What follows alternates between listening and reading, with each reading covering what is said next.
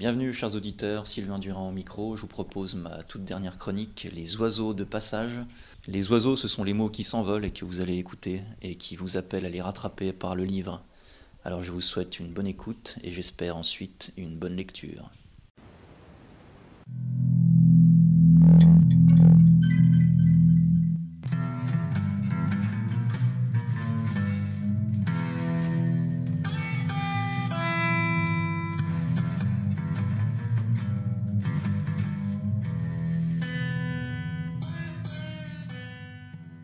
Nous assistons à une nouvelle étape de la montée aux extrêmes.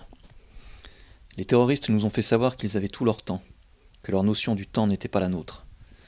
C'est un signe clair du retour de l'archaïque, un retour au 7e, au 9e siècle, qui est important en soi. Mais qui s'en occupe de cette importance? Qui la mesure? Est-ce du ressort des affaires étrangères?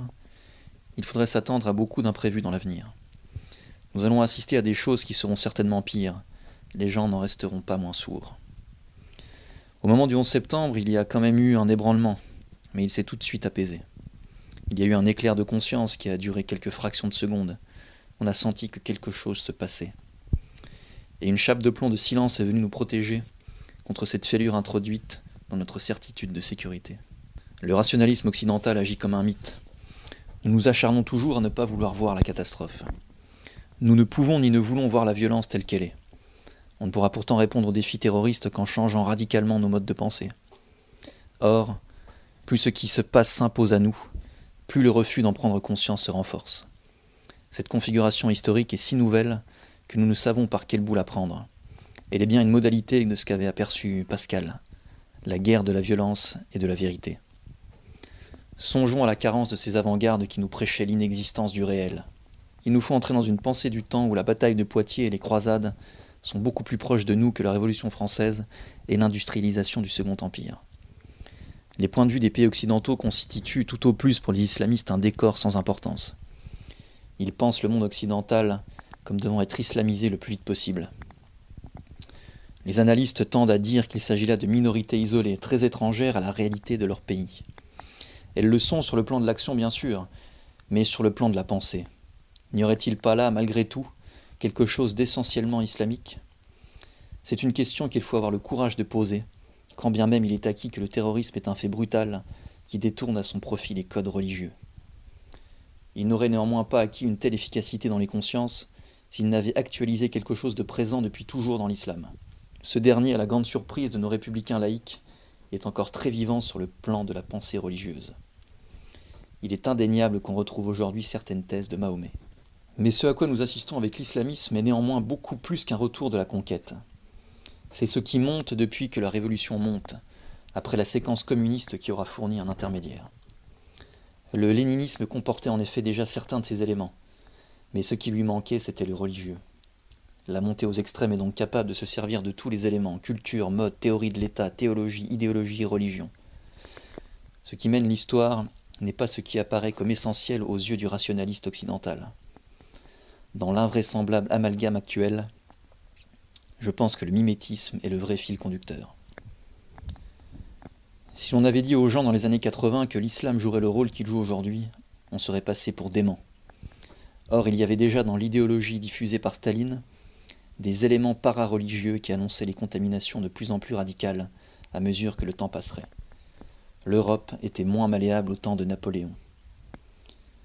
Elle l'est redevenue, après le communisme, cet espace infiniment vulnérable que devait être le village médiéval face aux Vikings. La conquête arabe a été fulgurante, alors que la contagion de la Révolution française a été freinée par le principe national qu'elle avait levé dans toute l'Europe. L'islam, dans son premier déploiement historique, a conquis religieusement. C'est ce qui a fait sa force. D'où la solidité aussi de son implantation. L'élan révolutionnaire accéléré par l'épopée napoléonienne a été contenu par l'équilibre des nations. Mais celles-ci se sont enflammées à leur tour et ont brisé le seul frein possible aux révolutions qui pointent. Il faut donc changer radicalement nos modes de pensée, essayer de comprendre sans a priori cet événement avec toutes les ressources que peut nous apporter l'islamologie. Le chantier est à entreprendre et il est immense. J'ai personnellement l'impression que cette religion a pris appui sur le biblique pour refaire une religion archaïque plus puissante que toutes les autres. Elle menace de devenir un instrument apocalyptique, le nouveau visage de la montée aux extrêmes. Alors qu'il n'y a plus de religion archaïque, tout se passe comme s'il y en avait une autre qui se serait faite sur le dos du biblique, d'un biblique un peu transformé. Elle serait une religion archaïque renforcée par les apports du biblique et du chrétien. Car l'archaïque s'était évanoui devant la révélation judéo-chrétienne, mais l'islam a résisté au contraire. Alors que le christianisme, partout où il entre, supprime le sacrifice, l'islam semble à bien des égards se situer avant ce rejet. Certes, il y a du ressentiment dans son attitude à l'égard du judéo-christianisme et de l'Occident, mais il s'agit aussi d'une religion nouvelle, on ne peut le nier. La tâche qui incombe aux historiens des religions, voire aux anthropologues, sera de montrer comment et pourquoi elle est advenue. Car il y a dans certains aspects de cette religion un rapport à la violence que nous ne comprenons pas et qui est justement d'autant plus inquiétant. Pour nous, être prêt à payer de sa vie le plaisir de voir l'autre mourir ne veut rien dire. Nous ne savons pas si ces phénomènes relèvent ou non d'une psychologie particulière. On est donc dans l'échec total, on ne peut pas en parler. Et on ne peut pas non plus se documenter car le terrorisme est une situation inédite qui exploite les codes islamiques, mais qui n'est pas du tout du ressort de l'islamologie classique. Le terrorisme actuel est nouveau, même d'un point de vue islamique. Il est un effort moderne pour contrer l'instrument le plus puissant et le plus raffiné du monde occidental, sa technologie. Il le fait d'une manière que nous ne comprenons pas et que l'islam classique ne comprend peut-être pas non plus. Il ne suffit donc pas de condamner les attentats. La pensée défensive que nous opposons à ce phénomène n'est pas forcément désir de compréhension. Elle est même souvent désir d'incompréhension ou volonté de se rassurer. Clausewitz est plus facile à intégrer dans un développement historique. Il nous fournit un outillage intellectuel pour comprendre cette escalade violente. Mais où trouve-t-on de telles idées dans l'islamisme ? Le ressentiment moderne, en effet, ne va jamais jusqu'au suicide. Nous n'avons donc pas les chaînes d'analogie qui nous permettraient de comprendre. Je ne dis pas qu'elles ne sont pas possibles, qu'elles ne vont pas apparaître, mais j'avoue mon impuissance à les saisir. C'est pourquoi les explications que nous donnons sont souvent du ressort d'une propagande frauduleuse contre les musulmans. Nous ne savons pas, nous n'avons aucun contact intime, spirituel, phénoménologique avec cette réalité. Le terrorisme est une violence supérieure, et cette violence affirme qu'elle va triompher. Mais rien ne dit que le travail qui reste à faire pour libérer le Coran de ces caricatures aura une quelconque influence sur le phénomène terroriste lui-même, à la fois lié à l'islam et différent de lui. On peut donc dire de façon tout à fait provisoire que la montée aux extrêmes se sert aujourd'hui de l'islamisme comme elle s'est servie hier du napoléonisme ou du pangermanisme. Le terrorisme est redoutable dans la mesure où il sait très bien s'articuler sur les technologies les plus mortifères, et ceci hors de toute institution militaire. La guerre de Clausewitz était une analogie encore imparfaite pour l'appréhender. Il est indéniable en revanche qu'elle l'annonçait. J'ai emprunté au Coran dans la violence et le sacré l'idée que le bélier qui sauve Isaac du sacrifice est le même que celui qui avait été envoyé à Abel pour ne pas tuer son frère. Preuve que le sacrifice est là aussi interprété comme un moyen de lutter contre la violence. On peut en déduire que le Coran a compris des choses que la mentalité laïque ne comprend pas, à savoir que le sacrifice empêche les représailles. Il n'en est pas moins que cette problématique a disparu dans l'islam, de la même manière qu'elle a disparu en Occident.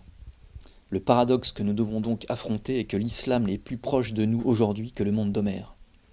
Clausewitz nous l'a fait entrevoir à travers ce que nous avons appelé sa religion guerrière, où nous avons vu apparaître quelque chose de très nouveau et de très primitif en même temps.